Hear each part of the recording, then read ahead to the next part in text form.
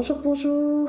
Aujourd'hui avec nous Akila, qui est docteur et actuellement chercheur spécialisé en essais cliniques.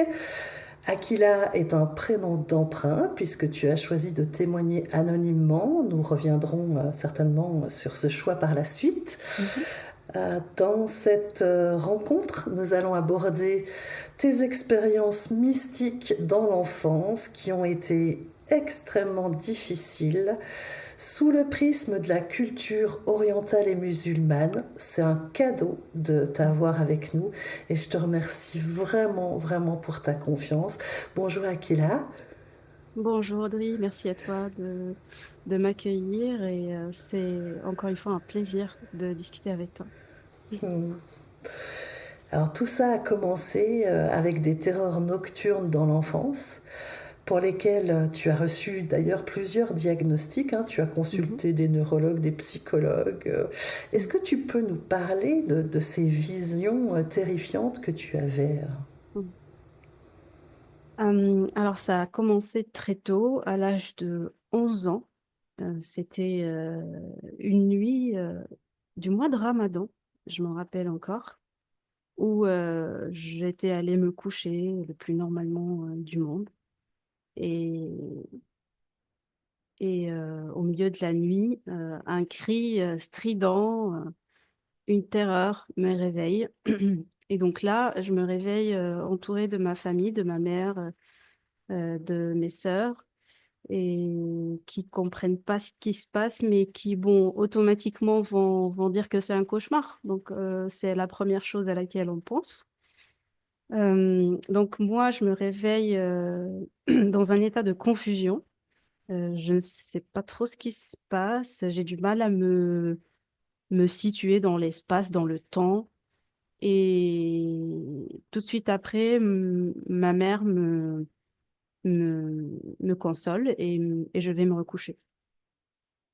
Ça, ça, c'était le début d'une série, d'un parcours d'une série de terreurs nocturnes qui ne se sont jamais arrêtées. C'est ça. Et tu as consulté beaucoup de praticiens. On t'a mis même plusieurs diagnostics. Tu peux développer un petit peu? Alors, je n'ai pas tout de suite consulté parce que, bon, je pense que les parents ne vont pas tout de suite avoir le réflexe de consulter pour un cauchemar, même si, s'il est terrifiant ou si les manifestations sont un petit peu plus surprenantes qu'un simple cauchemar. Mais voilà, c'était pas le réflexe premier. Donc, on a attendu. Donc deuxième fois, troisième fois, c'est arrivé encore, quatrième fois, et encore, c'était assez aléatoire dans le sens où il n'y avait pas de rythme euh, homogène. C'était des fois, je pouvais avoir une terreur nocturne par semaine, des fois une par mois, des fois deux dans la même nuit. Ça arrivait ça aussi. Mais voilà, donc étant issu d'une culture musulmane, premier réflexe, c'est bah, de lire du Coran. Que j'avais toute mon enfance eu un Coran sous mon oreiller. Et je me rappelle très bien que ma grand-mère avait un petit cadre en bois avec Ayat el-Kursi, qui est un verset clé, on va dire, de protection, qui était comment on dit, euh, comme quand on fait de la sculpture, en fait. Il était sculpté dans le bois et je l'accrochais un peu euh, sur mon lit, en fait. J'avais un lit en bois et je l'accrochais avec une petite punaise, quoi. Euh, voilà, donc ma mère me disait tout le temps, oui, il faut que tu lis ça avant de dormir, il faut que tu te protèges avant de dormir, et ça va aller. Sauf que, même en faisant ça, ça n'allait pas de mieux en mieux, c'était, je dirais même, de pire en pire. Donc, première fois où c'était allé très très loin, je me suis réveillée, mais je suis tombée parce que dans mon élan, dans ma tentative de fuite, parce que souvent c'est une fuite, c'est un cri de détresse. Donc là, j'essaye de fuir et j'ai mon drap qui est accroché, enfin, j'ai les pieds emmêlés. Et je tombe avec tout le poids du corps sur la tête. Donc là, quand je me réveille, il y avait du sang. J'avais une douleur au niveau de la nuque, du cou, parce que voilà, c'était assez violent. Et là, en fait, ma mère, elle dit stop, là, il y a un truc, il faut consulter. Donc, c'était là où on avait pris un premier rendez-vous chez un généraliste euh, qui m'avait prescrit à l'époque, parce que j'avais aussi des migraines, hein, beaucoup de migraines aussi au même moment. C'était des migraines particulières parce qu'elles avaient, c'était c'était des migraines avec aura ophtalmique. Donc, c'était des manifestations visuelles. On appelle ça des prodromes. Donc, tu as une phase où tu commences à voir des choses, tu vois, des couleurs, des sentiments, il y a quelque chose qui est pas réel, en fait, qui n'est pas de l'ordre du réel. Et par la suite, tu as une phase ensuite qui est très douloureuse. Très, très douloureuse. Et première fois que ça m'était arrivé, je pensais que j'étais devenue, je dirais pas aveugle, mais je pensais qu'il y avait un problème avec mes yeux, en fait. C'était ça. Donc, il m'avait prescrit à l'époque de l'ergotamine. Donc, pour les gens qui connaissent, c'est des dérivés enfin, de l'ergot de seigle. Pour atténuer ça, j'en ai pris pendant une période, mais bon, encore une fois, ça n'a rien fait. Ça n'a rien fait. Et là, on consulte un médecin spécialiste, un neurologue. Une neurologue, c'était une dame, qui me fait un électroencéphalogramme, donc un EEG. Et là, gros choc, elle me dit, vous êtes épileptique. Donc là, moi, j'étais sous le choc parce que pour moi, un épileptique dans l'imaginaire, là encore, j'avais pas entamé mes études de médecine parce que, bon, même si dans la famille, on avait beaucoup de médecins, hein, notamment des gens très proches, donc j'étais un peu familière avec le jargon et tout ça, mais pour moi, un épileptique, c'est quelqu'un qui convulse. Or, je ne convulsais pas. Mais voilà, j'étais très, très triste par cette nouvelle. Je m'en rappelle très, très bien. Ma mère en pleurs. Je ne comprenais pas, en fait, comment ça me tombait dessus. Comme ça, on me dit, vous êtes épileptique. Parce qu'apparemment, dans le compte rendu de l'EG, elle avait trouvé une activité épileptogène. Donc, ce qu'elle appelle, elle, épileptogène, c'est-à-dire qu'il y avait une activité électrique anormale dans le lobe occipital, le lobe qui est responsable justement de la vision. Voilà. Et là, je commence à prendre du valproate de sodium, de la dépakine, un antiépileptique.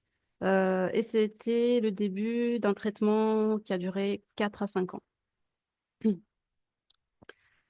Donc, je prenais ces médicaments, mais tout en ayant une conviction à l'intérieur de moi que c'était du gros n'importe quoi parce que moi, ce que je ressentais pendant mes terreurs, c'était autre chose en fait. C'était quelque chose de l'ordre comment, je ne sais même pas comment appeler ça, mais peut-être un peu mystique. Je m'aventurerais peut-être à dire ça comme ça.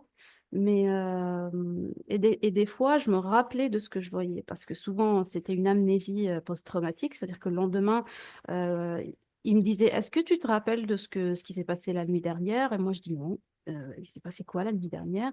Et là, ils me disent, mais t'as fait ci, t'as fait ça, t'as dit ci, t'as dit ça, mais moi, rien du tout. Je ne me rappelais pas du tout. Souvent, souvent. Par contre, la toute première fois, je me rappelais de ce que c'était. C'était des visions de reptiles. C'était un serpent sous le lit. Un tout petit serpent comme ça. Il n'était pas très grand. Pas très terrifiant non plus, mais je comprends pas pourquoi j'ai réagi comme ça. Parce que bon, des serpents, moi, dans ma vie, j'en ai pas vu du tout. Parce que dans la ville où j'étais, bah, c'était pas un animal qui courait les rues, qui rompait les rues. Et, Et voilà, je ne comprenais pas d'où venait cette phobie. Donc, voilà, j'étais un peu perdue, je commençais à prendre ce traitement-là. Et le problème, c'est que la dépakine, elle provoque des effets indésirables à type de syndrome parkinsonien, c'est-à-dire qu'elle provoque des tremblements des membres. Notamment, j'avais une main qui tremblait tout le temps. Et à l'époque, j'essayais de contrôler ça un peu en jouant de la musique, en faisant quelque chose de manuel. Euh, mais ça me perturbait profondément, profondément, parce que voilà, ça colle un petit peu au thème de ton émission, parce que c'est exactement la pathologisation, euh, c'est-à-dire on est tout de suite taxé de malade et aussi accessoirement de posséder, parce que moi j'avais eu droit à une double étiquette des deux côtés. Hmm. Voilà. Oui, oui, alors ça, tu m'avais dit hein, que tu avais passé une grande partie de ta Mm, vie à chercher à comprendre hein, ce que tu avais mm, vécu avec des sentiments de peur, de culpabilité. Hein. mm. Est-ce que tu t'es sentie isolée, voire incomprise? Et est-ce que tu as douté de ta santé mentale? Oh oui. Hmm. Oui, depuis très longtemps, j'ai toujours remis en question ma santé mentale parce que c'était dû à un décalage entre ce que je vivais et ce qu'on me disait. Euh, et encore, dans la culture islamique, ces choses-là, c'est pas qu'elles ne sont pas admises. Elles le sont, mais elles le sont mal. C'est-à-dire que c'est le mal, c'est les djinns, en fait, c'est les entités, c'est les diables qui viennent enquiquiner les enfants dans leur sommeil. C'est comme ça qu'on voit les choses. Et donc, moi, toute ma vie, je me suis toujours demandé pourquoi moi? Pourquoi moi? C'est-à-dire pourquoi ça m'arrive seulement à moi dans la famille? Pourquoi Et puis, c'était aussi très gênant dans le sens où parfois, il y avait des gens qui venaient passer la nuit chez nous et moi, je leur faisais peur, en fait. C'est ça. Et ma famille, en fait, ma mère, elle m'interdisait de faire ce qu'on appelle ici en France des pyjama parties ou des choses comme ça avec des copines pour se détendre un petit peu. Moi, j'avais pas le droit de passer la nuit chez les gens, hein. Et, Hmm. C'est comme si tu portais le mal. oui, c'est ça, c'est ça. Et à chaque fois, en fait, cette pression de dire non, mais il faut que tu lises ce verset-ci. Il fallait toujours être dans une posture de défense. C'est ça, en fait. J'ai passé toute ma vie à essayer de me défendre contre quelque chose d'invisible qui est arrivé sans même que je le demande. En fait, moi, j'avais rien demandé. En fait, ça me tombait Hmm, bah, dessus. comme C'est souvent. ça. Oui. Et c'est vrai que c'est vraiment une double. Il y a non seulement l'incompréhension de l'expérience, Mhm. mais il y a aussi ce dogme ces dogmes posés par la religion hein, qui ajoute une difficulté supplémentaire à ce que tu traverses. Même s'il y a des très belles choses hein, dans Mhm. la religion, Oui, comme la oui. loyauté, le sens de la Mhm. famille, le respect des anciens, etc. Mhm. Toutes ces choses-là sont très belles, mais là, en l'occurrence, comme il y a cette notion de, de, de- d'être touché par quelque chose de maléfique, je peux dire ça comme Mhm. ça. Oui, oui, oui, oui. Ah oui, c'est pas bénéfique, hein. Parce que si ça avait été bénéfique, j'aurais pas réagi. Enfin, c'est ce qu'on me disait.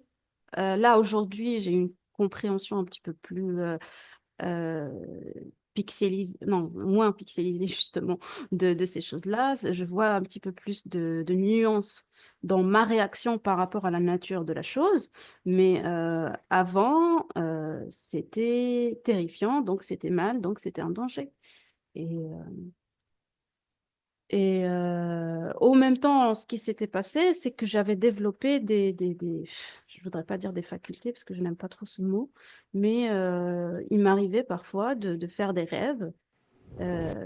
bizarres, des rêves parfois prémonitoires. Je racontais à ma mère le lendemain, je lui disais, ah, en fait, j'ai vu mon oncle il avait un corbeau par-dessus la tête qui lui piquait la tête et je ne sais pas trop ce que ça veut dire. Et donc là, ma mère, ce qu'elle fait, c'est qu'elle va tout de suite consulter Ibn Sirin. C'est un traité enfin, c'est un peu l'équivalent de Jung en Occident, mais c'est un savant, bien sûr, musulman, qui avait répertorié les archétypes et leur signification. Donc, il y avait un gros bouquin avec un sommaire et des thématiques. Par exemple, moi, souvent, très, très, très souvent, c'était la thématique animale. Très souvent, je voyais des animaux. Et à chaque fois, par exemple, le corbeau, ma mère, elle était allée voir, ça signifiait le conflit fraternel. Parce que c'était associé à Qabil et Habil, c'est-à-dire Caïn et Abel en Occident. Mhm. Parce que voilà, ils s'étaient disputés, il y en a un qui a assassiné l'autre, et ensuite, dans les récits coraniques, euh, un corbeau vient pour enseigner à Caïn comment enterrer son frère. Et c'était le premier crime de l'histoire, apparemment, selon les textes. Donc moi, j'étais quand même assez stupéfaite et bien sûr, sans dire que quelques jours après, quelques semaines après, effectivement, il y a eu un drame et un conflit fraternel. Et effectivement, comme disait mon rêve, des choses se sont passées. Et, et moi, je me disais, mais comment ça peut être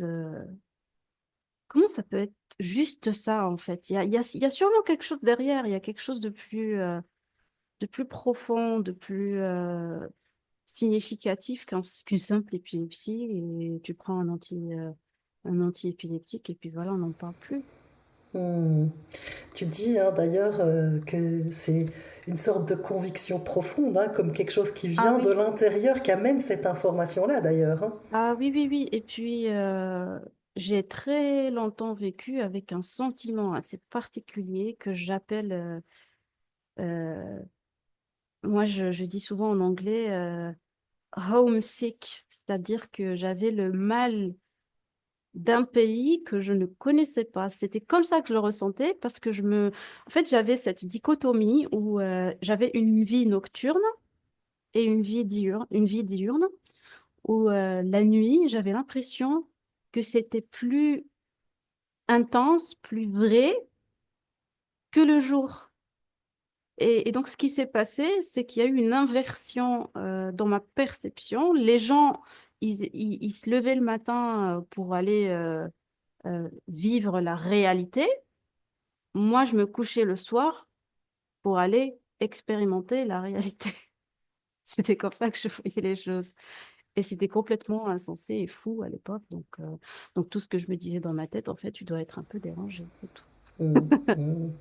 Ah ouais, d'autant plus que quand on n'a pas d'explication à ce qu'on vit et que ces phénomènes sont complètement intangibles, hein, c'est compliqué, surtout quand ça commence dans l'enfance et que ça se répète, parce que finalement, c'est pas des cauchemars, c'est que c'est des expériences que tu vis qui se répètent régulièrement pendant des années.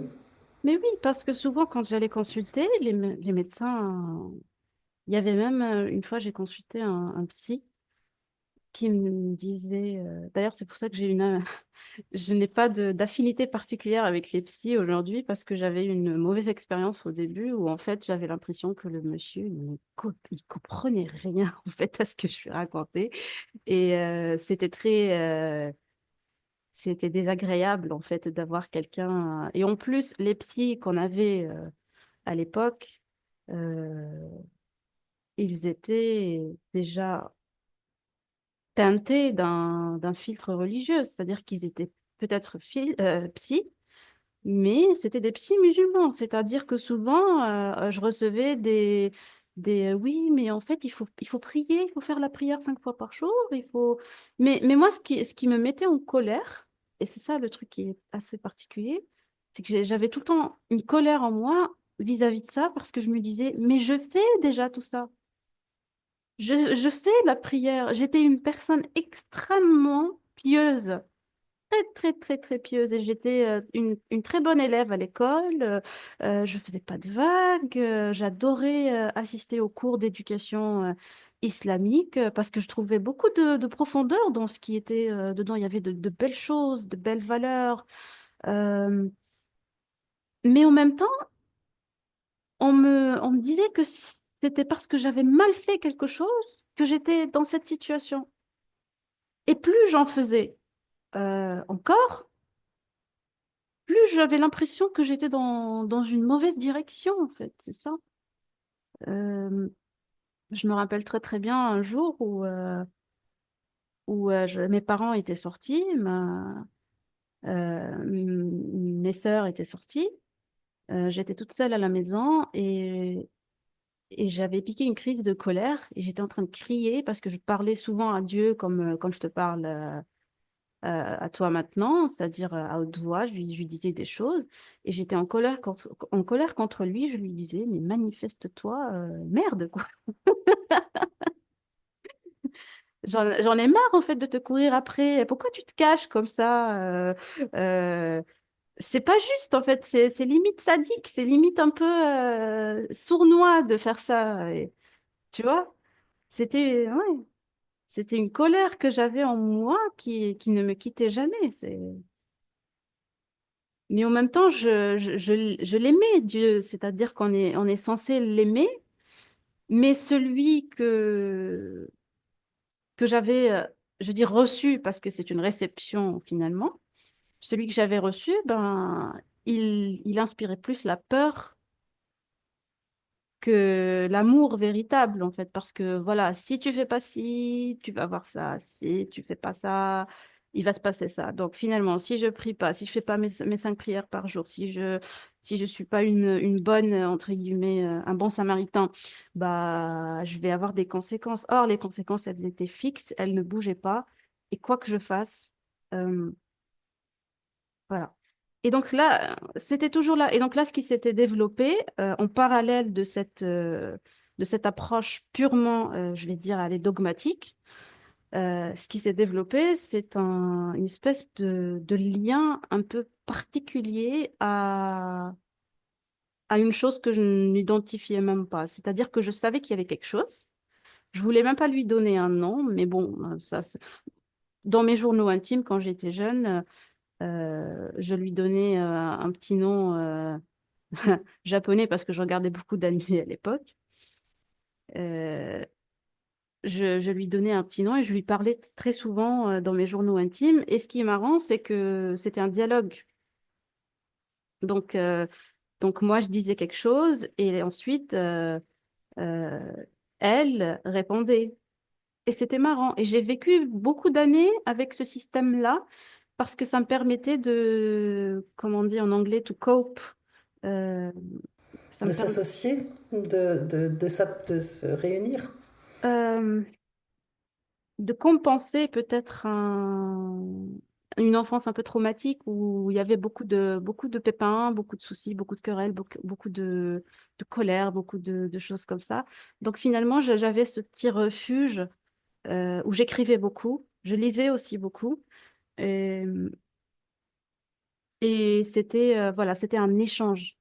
C'était le début d'un échange. Mais moi, dans ma tête, je me disais, bah, c'est un ami imaginaire. Bah, tous les enfants ont des amis imaginaires, finalement. N'est-ce pas? Et puis un jour, donc dans ce parcours, tu rencontres l'ayahuasca. Donc Mhm. une expérience qui bouleversante, hein, qui non seulement a bousculé ton cerveau rationnel, Mm. mais qui t'a apporté une certaine compréhension. Avant que tu développes, hein, je veux vraiment préciser que on fait absolument pas de publicité pour ces pratiques qui, ben, je le rappelle, sont interdites en France et qui peuvent être très délétères pour certaines personnes. Voilà, mais voilà, est-ce que tu peux... Oui, oui, effectivement, c'est pas pour tout le monde, ça c'est clair.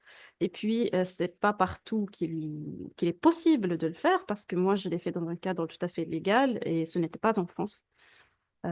C'était encadré. Et bon, moi, étant une personne très carrée, très C'est-à-dire que même du café, j'en bois pas.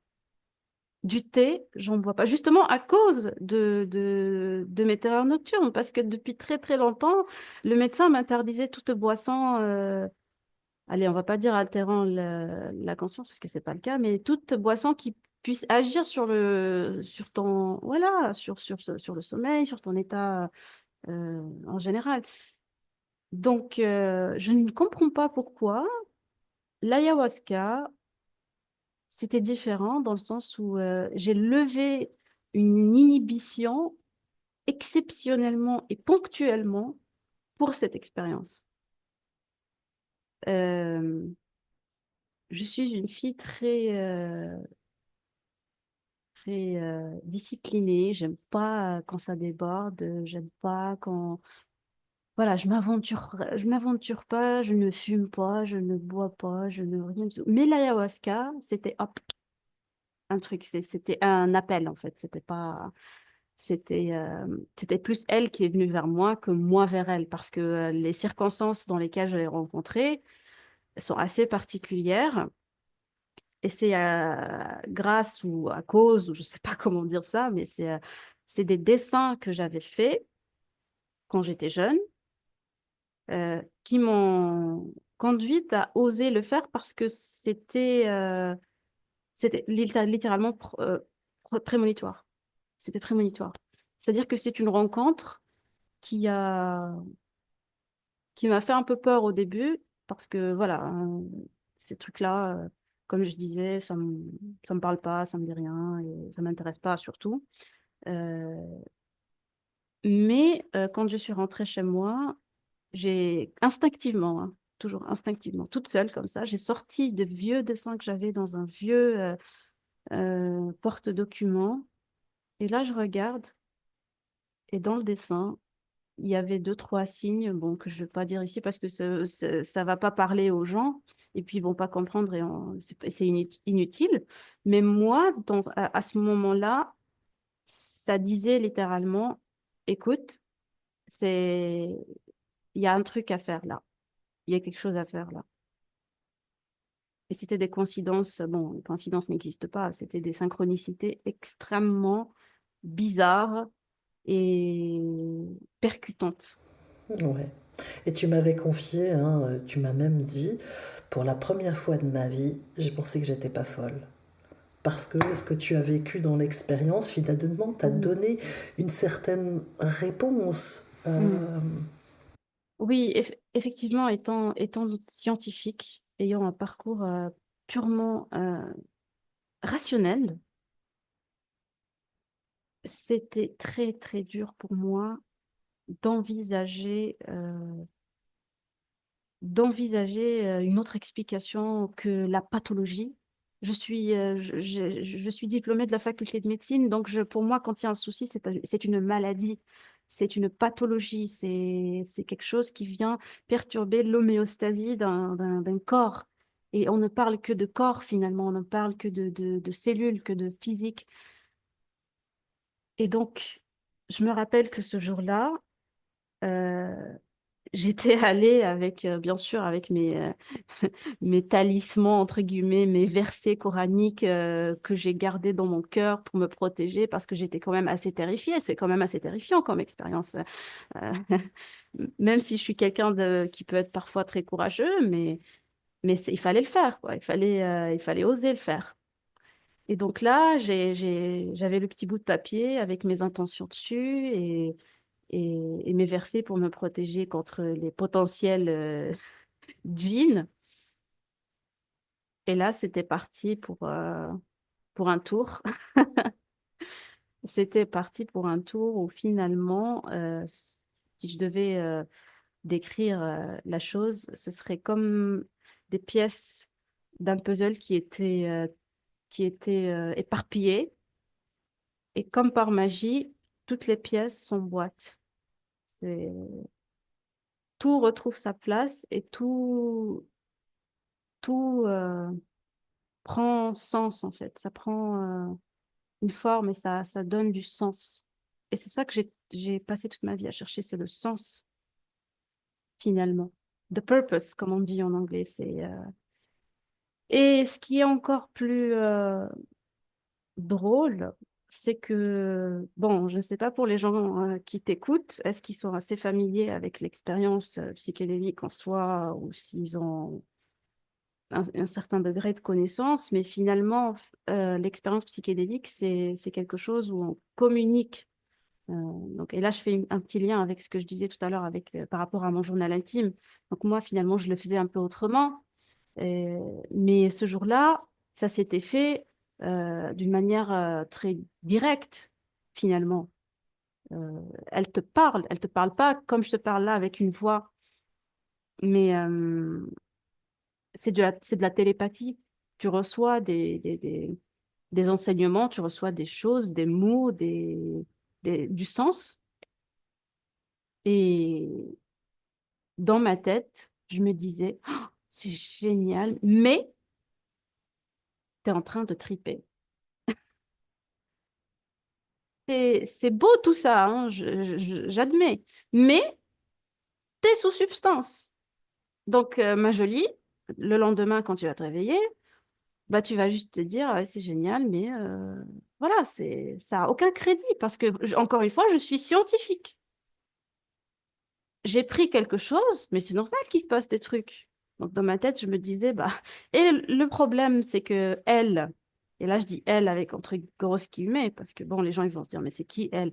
Mais on ne sait pas en fait, et on s'en fout finalement si c'est mon inconscient, si c'est un djinn, si c'est Dieu, si c'est la plante, si c'est... Finalement, peu importe, parce que la valeur de ce qu'elle t'apporte, c'est bien plus fondamental et puissant que son identité à elle, en fait. Et, et donc, elle m'avait entendue, et là, elle me fait un petit clin d'œil pendant que j'étais encore sous état modifié de conscience, en me disant, je serai toujours avec toi, d'une manière très bienveillante, parce que toute l'expérience, bon, c'est pas une expérience rose avec des arcs-en-ciel et des bisounours, hein, c'est pas ça l'idée, mais comme on dit en anglais, every bad trip is a good trip. C'est-à-dire que si tu fais un bad trip, bah, c'est pour ton bien finalement. S'il y a des choses à nettoyer, s'il y a des choses à, à régler, voilà, à réfléchir. Euh, donc là, finalement, elle me dit, je serai toujours avec toi. Et elle me montre un petit smiley parce qu'il y avait un arbre qui était juste en face de moi, que je regardais. Et encore, ce qui est drôle, c'est que cette façon de voir, cette hallucination, entre guillemets, c'était exactement la même que j'avais pendant mes migraines. C'était la phase d'aura ophtalmique, parce que finalement, les auras ophtalmiques, bah, c'est pas différent des manifestations visuelles psychédéliques, finalement. Donc là, je vois un petit smiley dans l'arbre, et je vais me coucher, on se repose. Le lendemain, on se réveille, et voilà, la substance ne fait plus effet, on est réveillé dans le monde réel. Et moi, j'ouvre les yeux, je me dis, encore une fois, super, bon, maintenant, on en fait quoi? Bah, rien du tout parce que tu es sous substance. Et là, j'ouvre mon téléphone, je reçois un SMS avec un re et un petit smiley. Alors, je le reçois d'une personne qui est chère à mon cœur, mais qui ne sait absolument pas enfin, ce qui s'est passé, quoi. Elle peut pas savoir. Elle peut pas savoir. Et donc là, je me dis, mais qu'est-ce qui lui prend? Pourquoi il me dit re avec un smiley et tout? Donc là, je ferme mon téléphone. On discute un petit peu entre nous pour faire l'intégration parce que c'était en groupe. Il y avait des gens magnifiques, tous en train d'avoir leur propre cheminement personnel finalement. Donc, et là, je reçois un deuxième SMS de la même personne qui me dit, mais pourquoi tu me dis re? Et là, moi, je lui dis, mais c'est toi qui m'as dit re. Mais non, c'est pas moi. Et donc là, je dis, ah. Attends une seconde, Elle j'ai un t'avait pas truc. envoyé de message. Cette personne Non, donc ne t'a jamais envoyé de non, message. Ça, c'est une belle synchronicité. non seulement ça, Mm, mais elle était sous la mm. douche et son téléphone, qui est un peu sophistiqué, ah bah, a des systèmes très très comment dire, compétent pour empêcher les accidents. C'est-à-dire qu'avec un écran tactile, tu as des téléphones où en fait il y a un système de verrouillage où même les enfants, quand ils s'amusent, ils peuvent pas. Même, mais moi, en fait, j'étais devenue complètement folle parce que je me dis, non, mais attends, il y a un truc là. Je vais essayer. L'explication rationnelle, en fait, je vais la trouver. C'est juste qu'une question de temps. Donc, je suis allée faire une simulation. J'ai pris le téléphone, je l'ai mis. Il était à l'envers en plus, le téléphone, hein. La personne me disait qu'il était à l'envers, c'est-à-dire que l'écran était face contre la paroi. Donc là, je mets le téléphone et je me dis, alors, s'il y a une goutte qui se serait peut-être parce qu'il y a de la vapeur quand on prend une douche, donc il y a peut-être une goutte qui a pu entrer avec un ongle un peu latéral comme ça et qui a peut-être déverrouillé le téléphone. Ok, donc, ok, on peut dire que ça pourrait se passer, mais il faudrait que ce soit une suggestion parce que des fois, quand on écrit, il y a des mots qui nous viennent un peu en suggestion. Mais dans un SMS, on ne reçoit pas avec suggestion parce que déjà, les gens, ils n'ont pas des longues discussions dans des SMS. Les SMS, ça sert à dire, par exemple, j'arrive, je suis en retard, quelque chose comme ça, mais tu dis pas dans un SMS. Et j'ai retenté le truc pour voir s'il y avait une suggestion qui pouvait ressortir, mais non, en fait. En fait, j'avais du mal à accepter. Je n'acceptais pas ça. Mon esprit rationnel est tellement ancré en moi que voilà, c'était juste inexplicable rationnellement. Ça se manifestait dans la matière. Ça se manifestait dans la matière, exactement. Mais en même temps, c'était beau, c'était magnifique. Parce que elle a pris la peine, en fait, de m'envoyer un SMS pour me dire, bon, écoute, je t'ai entendu, je sais que tu vas pas croire ce qui... Et en plus, bon, elle m'avait dit qu'elle m'avait appelé, donc elle m'avait dit que c'était... encore une fois, ça vient d'elle, mais pas de nous, finalement. Peut-être des deux, mais bon. Puis elle et nous, finalement, c'est quoi? Est-ce que c'est la même chose? On ne sait pas. C'est clair, Oui, c'est clair. et là, en fait, c'était le début de quelque chose parce que depuis ce jour-là, je me suis dit, embrasse cette réalité, finalement, qui est plus réelle que le réel. Just take it, comme on dit, accepte-le, prends ce cadeau et, et dis merci, en fait, c'est ça. Sauf que, sauf que, bouleversée que j'étais, je suis allée, bien sûr, quand on vit une histoire comme ça, en fait, on a envie de le raconter sur tous les toits, on a envie de prendre tout. En fait, on a envie de le dire à tout le monde, mais écoutez, j'ai vécu un truc, c'était génial et tout. Donc, la première chose que je fais, je parle à ma famille. Première réflexion que je me prends, mais non, mais il faut pas faire confiance, c'est un djinn. Ça t'a ramené à ce que tu avais vécu enfant, en fait, hein. Et ça m'a ramené Mhm. à la case départ. Et j'avoue que ça m'a fait quelque chose parce que je me suis dit, attends, mais si ça se trouve, ils ont raison. Et donc là, conflit. On est passé de confiance, d'amour, de cadeaux, de beauté, de compassion à méfiance, arnaque, trickster, comme diraient certains, les archétypes un peu alchimiques. Euh, et voilà, ça s'est basculé de la lumière aux ténèbres, quoi. Et, euh, et jusqu'à aujourd'hui,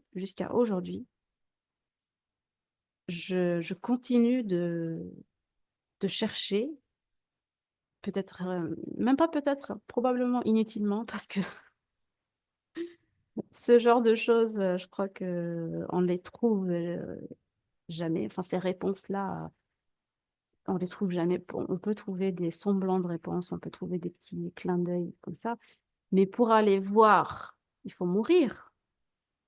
Les gens ne reviennent pas. Enfin, souvent, ils ne reviennent pas de la mort. Il arrive qu'on en revienne dans des états, enfin, les fameuses EMI. Mais moi, des EMI, j'étais fascinée par ça quand j'étais ado. J'avais même fait une conférence à l'époque dans mon pays. Et c'était une première, hein, parce qu'on parlait pas d'EMI dans mon pays, hein. Il fallait pas, fallait pas déconner avec ça, parce que ça venait en fait contredire tout le scénario qu'on nous enseignait. Parce que dans l'islam, il y a un scénario, en fait, il y a un cheminement que tu es censé vivre après ta mort. Voilà, donc première chose, tu es enterré, on va prier.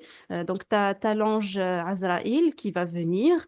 Euh, Ensuite, il y a un autre ange, j'ai oublié son nom si je dis pas de bêtises, mais qui va venir te poser la question. Il va te dire euh, Man huwa rabbuk, ça veut dire qui est ton Dieu et qui est ton prophète. Donc là, t'es en mode examen, quoi. C'est une question d'examen, hein. Si tu foires, tu vas en enfer. Si tu réponds bien, tu vas au paradis. Donc là, si tu dis mon Dieu, c'est Allah et mon prophète, c'est Mohamed, allez, cool, génial, ça passe, ça swipe right, quoi.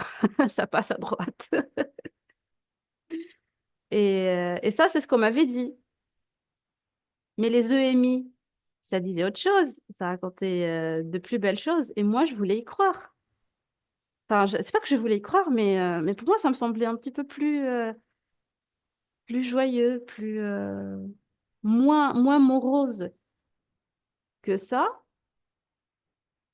Mais je recevais des commentaires de gens qui me disaient, mais oui, toi, ça t'arrange d'y croire. Parce que ça t'évite de faire la prière. Ça t'évite de faire tous les trucs chiants qu'on est censé faire dans la religion, tu sais, parce qu'il y a beaucoup de, comme on dit en arabe, al-ibadat, c'est des choses qu'on fait pour se rapprocher de Dieu, où il y a de la souffrance finalement, comme par exemple, moi je dis pas que c'est pas moi je dis pas que c'est une mauvaise chose, hein, parce que le jeûne par exemple, c'est une mauvaise chose, c'est une bonne chose. Euh, Moi, j'avais une anémie à l'époque, je tombais dans les pommes systématiquement, parfois au milieu de la rue. Mais je continuais quand même à le faire. Bon, j'étais un peu traumatisée par la façon de le faire, mais il aurait peut-être fallu ajouter du sens à ça et le faire de manière plus bienveillante. Moi, j'aimais beaucoup le mois de Ramadan, j'aimais beaucoup faire la prière, mais je pensais qu'il y avait une dimension qui manquait à ça. Il y avait un petit quelque chose qui donnait du sens à ça. Et ça ne touche que moi finalement, parce que c'est mon expérience de la chose. Il y aurait d'autres personnes, par exemple, qui diraient non, moi j'étais tout à fait en phase, je faisais. C'est différent, ça relève de l'expérience personnelle. Je me suis un peu égarée, je ne sais pas pourquoi je parlais de ça. C'est pas grave, mais on peut faire le parallèle, hein. Je veux dire, Hmm. moi, dans la religion catholique, j'ai aussi ce genre de vécu où j'étais obligée, parce qu'on m'obligeait d'aller à la messe, et ça Hmm. n'avait aucun sens, et je ne sentais pas cet amour. Ça résonne vraiment, hein, parce qu'il manquait cette dimension d'amour, de bienveillance, qui pour moi était l'essence même Hmm. de ce que la religion, pour moi, la religion amène cette reliance, est Hmm. censée en tout cas amener cette reliance. Et finalement, il n'y avait que à l'église, dans les chants, où je sentais cet unisson. Hmm. Parce que tout le monde chantait ensemble, parce qu'il y avait quelque chose de très spirituel, de très relié finalement. Il n'y avait que ça qui me touchait, et le reste, et ben voilà, donc je comprends Hmm. vraiment, et oui, ce parallèle-là, il n'est pas anodin. Je pense qu'après, la, pour moi, la foi, c'est une expérience, Exactement. c'est pas une croyance. Hmm. Après, chacun y met se réfère à ce qu'il veut, hein, Hmm. voilà, que ce soit le Coran, la Bible ou autre, peu importe en fait, hein, si ça Hmm. aide, pour moi ça pose aucun souci. C'est juste la manière dont c'est enseigné, ou en tout cas, peut-être que ça change, j'en sais rien, mais en tout cas comme ça nous a été enseigné à nous, voilà, dans nos Hmm. parcours. Il y a une citation de Jung, parce que tu l'as cité tout à l'heure aussi, qui dit: c'est pas en regardant la lumière qu'on devient lumineux, mais c'est en plongeant dans son obscurité. Et ce travail est souvent désagréable, c'est pour ça qu'il n'est pas Hmm. populaire en fait, hein, voilà. Et finalement, comment tu as réussi à intégrer ces expériences parce que finalement, cette spiritualité, en fait, elle était là, elle a toujours été là. Ah oui, oui, tout à fait. Encore aujourd'hui, j'ai du mal à en parler parce que la première fois que ça s'était manifesté, encore une fois, j'étais préadolescente hein, à l'époque, euh, j'avais reçu un chut. Hmm. Chut, Voilà, tais-toi, tais-toi. de N'en tais-toi. parle pas, n'en Oui, parle pas. oui, c'était Oui. un tais-toi très clair. Donc, ce que j'avais fait, c'est que j'ai appris toute seule à interagir. Quand je dis interagir, c'est qu'il y avait réception-émission. Donc, c'était une approche purement utilitariste, dans le sens où finalement, ça me servait. Et ça m'a beaucoup, beaucoup, beaucoup servi dans la vie. Euh, de plein de manières, dans mes études, dans, dans mes tentatives d'expatriation, parce que moi, j'étais claire hein, dans ce que je voulais quand j'étais plus jeune. Je ne voulais pas passer ma vie là-bas. J'en pouvais plus de ça. Je voulais partir dans un endroit où je n'aurais pas à étouffer comme ça, à être obligée de faire des choses pour me rapprocher de ce qui est de ce qui est fondamental en fait finalement. Et j'avais développé une espèce de spiritualité tout à fait sur mesure et qui était spontanée. C'est-à-dire que je me rappelle une fois, j'avais dit à un prof d'éducation islamique, c'était une femme, je lui disais, vous savez, pour devenir musulman, la première étape, la première tâche à faire, c'est de prononcer Ashhadu anna la ilaha illallah wa Ashhadu anna Muhammadan Rasulullah, ce qui signifie je témoigne qu'il n'y a de Dieu que Dieu et je témoigne qu'il n'y a de prophète que Mohammed. Et je disais à ma prof, mais comment puis-je témoigner? J'ai rien vu. Et là, blasphème. Et ça dégage, en fait, c'est aussi simple que ça. C'est quoi ces questions? Mais qu'est-ce qui te prend? Et ça commençait à donner des réponses un peu très superficielles qui répondaient pas finalement à ma question, quoi. Parce que moi, je disais, mais vous savez, moi, je suis jalouse, en fait. Non, mais clairement, ce que je ressens, c'est de la jalousie. Pourquoi lui, il aurait la chance de vivre un contact direct, une expérience directe avec Dieu, qui, on est d'accord, nous appartient tous, hein? On est d'accord. Et pourquoi moi, j'aurais pas droit à ça? Et là, les réponses que j'obtiens, c'est des trucs très, très... c'était... mais comment tu oses te mettre dans le même niveau que le prophète parce que lui, c'est l'élu. En fait, il ne faut pas se comparer à lui. Mais moi, je disais, attendez une seconde. On nous enseigne dans la religion qu'il faut faire comme lui, que lui, c'est notre exemple ultime. Donc, il y a une contradiction là, finalement. Parce que lui, ce qu'il faisait, bah, il allait dans une grotte, méditer pendant des heures et des heures et des heures et des heures et des heures. Et finalement, il était en communion avec Dieu, il communiquait directement avec lui, il le demandait finalement, Dieu, finalement. C'est pour ça qu'il est venu à lui. Et donc, je disais, mais pourquoi on ne pourrait pas faire ça, nous aussi? Plutôt que de C'est ce croire que, comme ça sur parole, c'est ce que tu as fait bah oui, depuis enfant, en fait. bah oui. Tu l'as appelé. Ah, mais carrément. Je l'ai appelé pendant enfin, toute ma vie. J'ai passé ma vie à appeler Dieu. J'ai même des textes que je. D'ailleurs, ça fait pas longtemps, j'en ai ressorti un et je l'ai lu aujourd'hui. Je me suis dit, ah, ah, c'est marrant comment, en fait, c'est juste une question de temps. Parfois, il faut juste patienter, le temps qu'on mûrisse un petit peu, le temps d'avoir les conditions et les circonstances idéal en fait pour recevoir ça parce que on ne peut pas recevoir ça à l'âge de 11 ans, j'imagine. Parce que moi, le jour où j'étais en colère en train de crier manifeste-toi et tout et tout, bah si c'était manifesté à ce moment-là, en fait, je pense que ça serait mal fini parce que j'aurais pas la maturité et ce recul en fait pour comprendre ce qui se passe.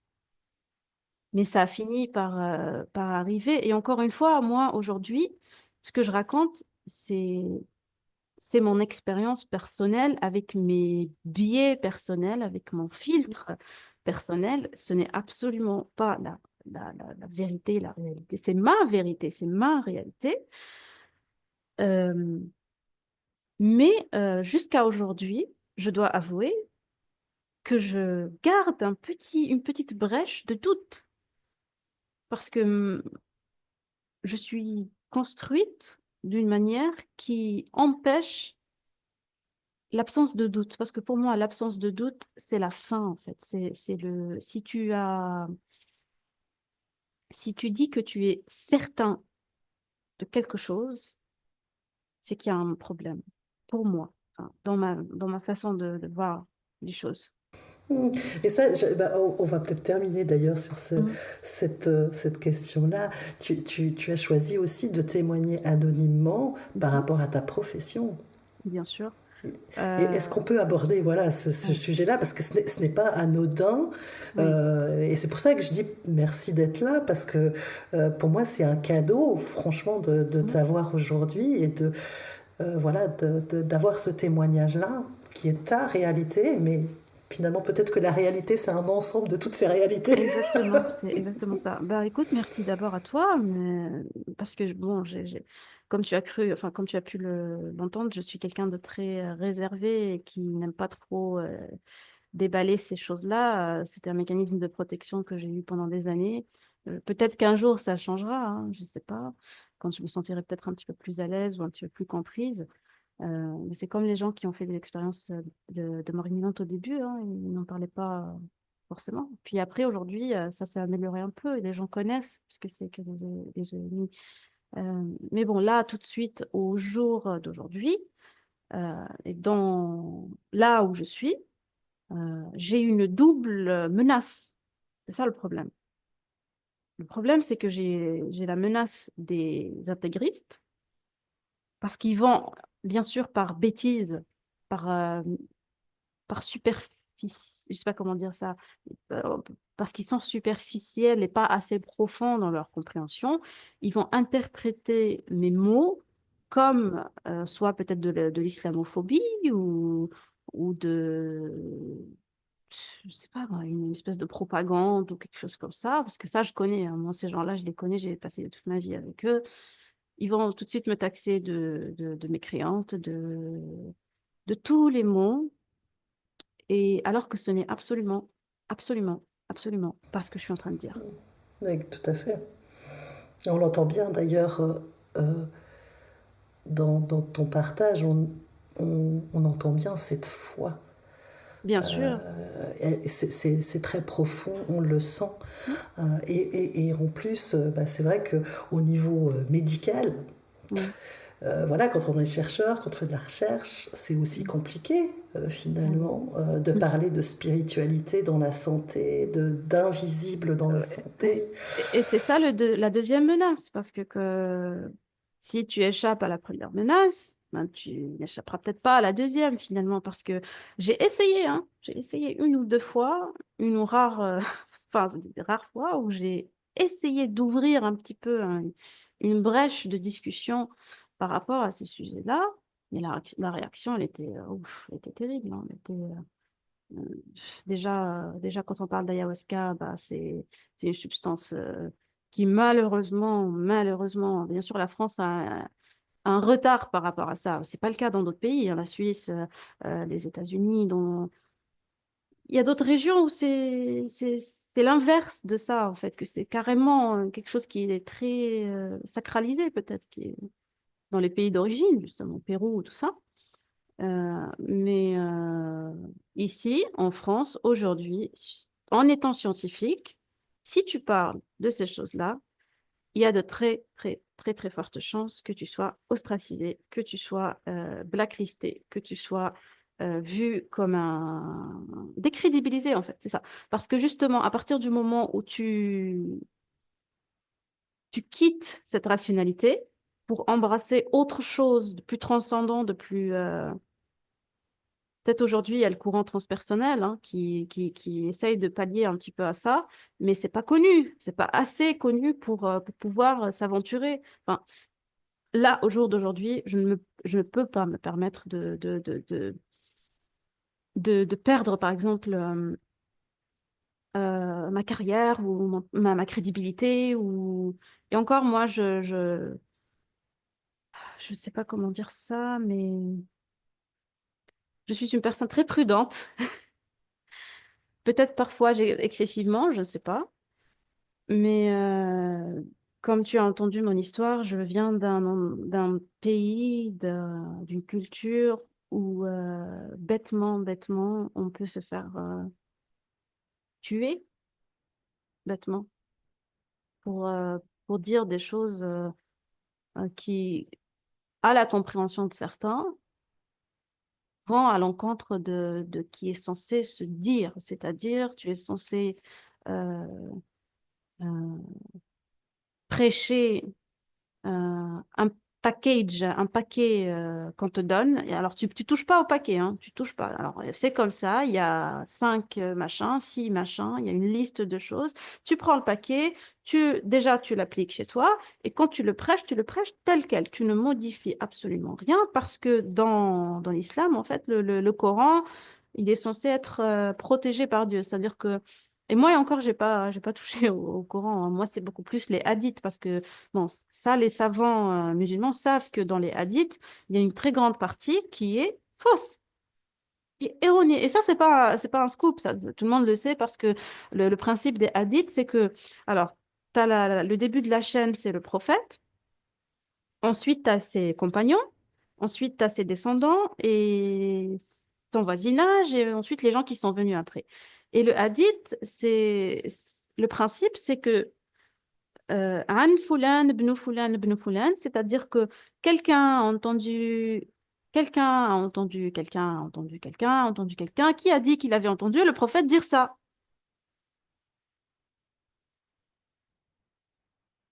Et ça, moi, je disais, les gars, c'était il y a tellement longtemps, est-ce que vous pensez vraiment qu'aujourd'hui, le message est intact?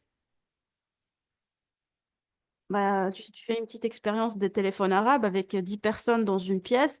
Tu vas leur dire, je sais pas, tu dessines un truc, tu dis un truc, et l'autre, il sait pas, il transmet à l'autre qui est après lui. Ça, c'est un truc Bien sûr, qui a déjà été fait. bien sûr. Le message de début et le Mm, message de la fin, c'est pas du tout le même, hein. c'est clair, c'est C'est clair. pas du tout le même. C'est clair, en tout cas, on sent dans ton témoignage le poids, en fait. Le poids du dogmatisme, le poids de la religion et la peur engendrée depuis tout petit, finalement, hein, entre le bien, le mal, Mais oui, etc. mais Et moi, je trouve que j'ai perdu beaucoup de personnes très, très chères à mon cœur à cause de ça, hein. Moi, j'ai perdu des gens à qui je tenais beaucoup à cause de ça parce que ils peuvent pas comprendre ce que je vis, ils peuvent pas comprendre à quel point moi je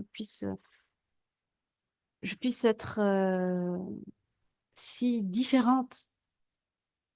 C'est ça. Et je me rappelle une fois où j'étais déterminée à mettre fin à cette possession, parce que pour moi, c'était une possession. Et je me rappelle que j'avais demandé à ce qu'on m'exorcise, hein. J'avais demandé à ce qu'on je voulais en finir avec ça. Et ma mère, à chaque fois, elle me disait, oui, bon, et à chaque fois, ça se faisait pas, en fait. Ça se faisait pas. L'exorcisme, ça se faisait pas. Et il y a des gens qui me disaient, mais oui, mais parce que tu as un djinn. Et souvent, les djinns, en fait, ils vont tout faire pour que l'exorcisme ne se fasse pas.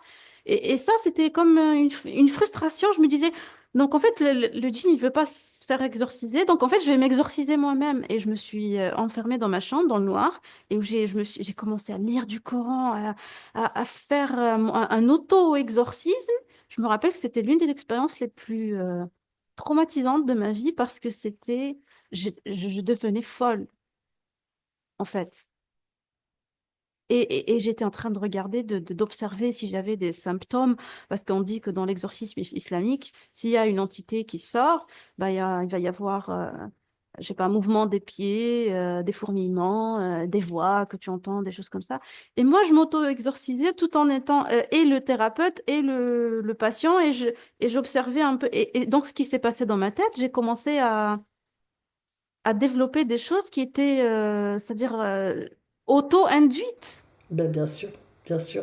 Et c'est là qu'on voit, et je te remercie hein, de ce partage-là, mais c'est là qu'on voit à quel point finalement l'isolement, la solitude, l'incompréhension, des phénomènes intangibles, Mhm.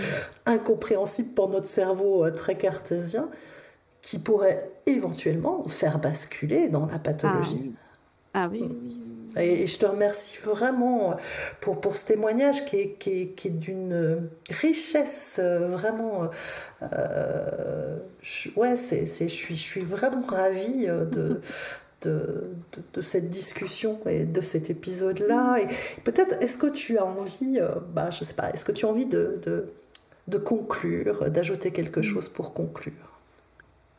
Eh bien, je pense que ce que tu fais est d'utilité publique, déjà. Et c'est moi qui te remercie d'avoir eu cet élan-là, cette idée-là, parce que j'aurais tellement aimé avoir accès à cette bibliothèque, entre guillemets, de témoignages au moment où j'étais en plein dedans. Ça m'aurait évité bien des nuits sombres. Je te remercie. Et oui, et si ça peut servir, moi je me dis, bah, si j'ai un message peut-être pour conclure à toutes les personnes qui à différents âges, de différents horizons, peut-être pourraient vivre des choses similaires, pas si identiques, mais dans le même spectre un peu, parce que souvent c'est un peu variant, enfin variable. Bah, je vais leur dire juste une chose. Il faut, c'est pas à l'extérieur qu'il faut aller voir, c'est à l'intérieur.